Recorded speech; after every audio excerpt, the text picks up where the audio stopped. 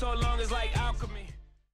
Clippers Warriors Oracle Wednesday night, second meeting this week. There would be no Blake Griffin, no Steph Curry, no Klay Thompson, but there was this man, Kevin Durant, drives hard left, finishes with the right and one, getting ready to eclipse the 20,000 point mark. And it was like he was in Philly. He wanted to get it done early. DeAndre steps out on him. It didn't matter, man. Here he is. Does he even really need the triple threat? Watch the quick jab step. Decker, you can't do nothing about it. Had it flowing.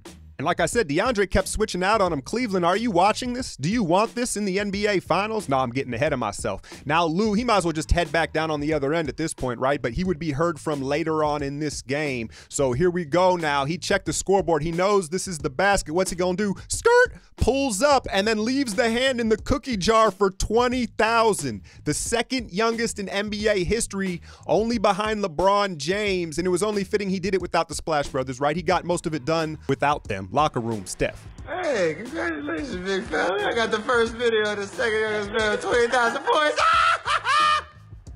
Congrats, big fella.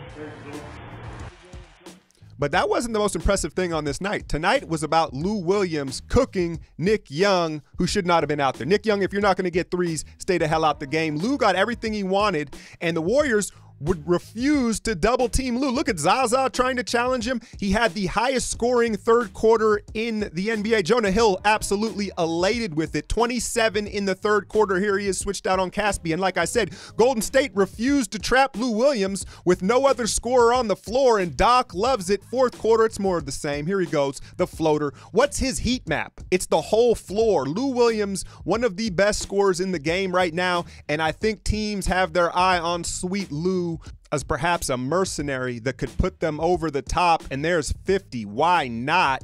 Clippers win at Oracle for the first time ever.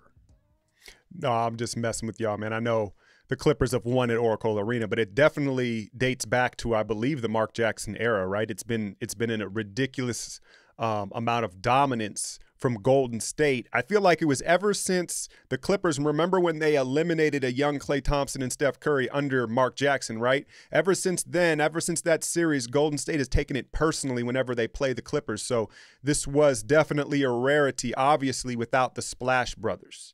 Now, let's talk a little bit about Kevin Durant, the 20,000 points. I don't think that, obviously, he's not going to get to number one. And some of these stats, it's a legit amazing feat, right? But some of these stats that ESPN dives for are just ridiculous. Like the first guy to, triple-double on December 12th at the age of 20, I mean, they just go crazy with these things. But back to the game, the Warriors were very disinterested in this game, obviously undermanned, but I'm going to go ahead and say it right away. There were several instances in this game where Steve Kerr could have made adjustments, and they panned to him on the bench, and he was just kind of grinning, smirking, talking to Mike Brown. And I think it was one of those games where Steve was very willing to have a loss to kind of refocus them before this long road trip east. They didn't double team Lou Williams, like I said, until the 4:30 mark in the fourth quarter. By this time, he had already had 45 points, and we were already down 17 points. And why I find it extremely interesting is because you think about it, there was no Blake Griffin, right? No Danilo Gallinari, right? And so there was no other weapons. You could have easily came out in the second half and said, all right, Lou, you're not going to beat us. We're going to hard trap you every time. And they didn't do it until they almost were like, all right, well, we'll kind of like act like we're going to alter the defense. So I thought that was kind of, I don't know, man. Like I said, I think Kerr strategically, he's always looking at the big picture. I would have liked to see a little bit more Looney. Our bench is becoming a problem as far as spreading the floor. Nick Young, he had a couple baskets, right? But he's not shooting and providing what we thought he would. Omri Caspi, while he's been nice, he's refusing to shoot the three ball. Part of that is his slow release. So he doesn't give us spacing. And then we all have documented Patrick McCaw's struggle from outside. So now you find the second unit with really no three-point shooters unless you keep Klay Thompson or Kevin Durant in the game. Obviously, Iguodala's struggling as well, man. So that's something to see moving into the trade deadline. Now, you bring up Lou Williams, 50 points. I say you like I'm talking with somebody, but that's how I flow with this shit. Anyway, Lou Williams, 50 points, right? Someone's going to try to get him. Apparently, the Clippers are talking contract extension with him. He doesn't strike me as a guy that's going to go chase rings. I think he wants his paper, and I think he wants his shots. So I don't think that will be the case. Someone's going to try and go get Lou Williams. I don't think that. Here's the deal with the Warriors. I don't think it's going to be the Warriors, but are we going to trade? Obviously we heard the JaVale McGee rumors, right?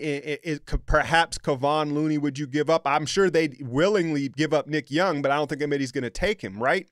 We're not going to get anything of value unless we're willing to give up Jordan Bell, and I just don't see that happening. I think that they're attached to the development of Jordan Bell. I think when you specifically go and get a player in the draft and target him, you're even more so attached to him because you want it to work out because you targeted him.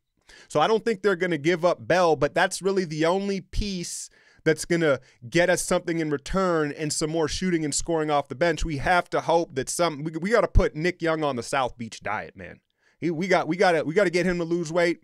And Patrick McCaw, he's getting more aggressive going to the basket, but he's just not strong enough to finish in traffic yet. And then the three is just, it's a slow release anyway, right? So he doesn't get it off quick, and then he's just in his head with it. He's aiming the three ball. So that's going to be rough moving forward with that.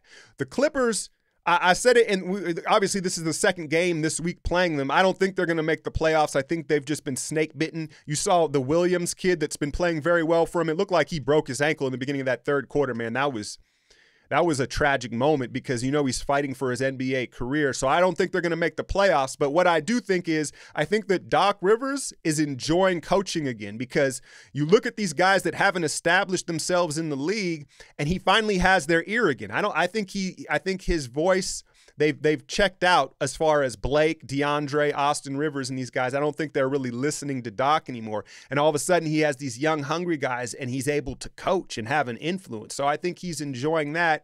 But they're gonna have to tear it up and break it down.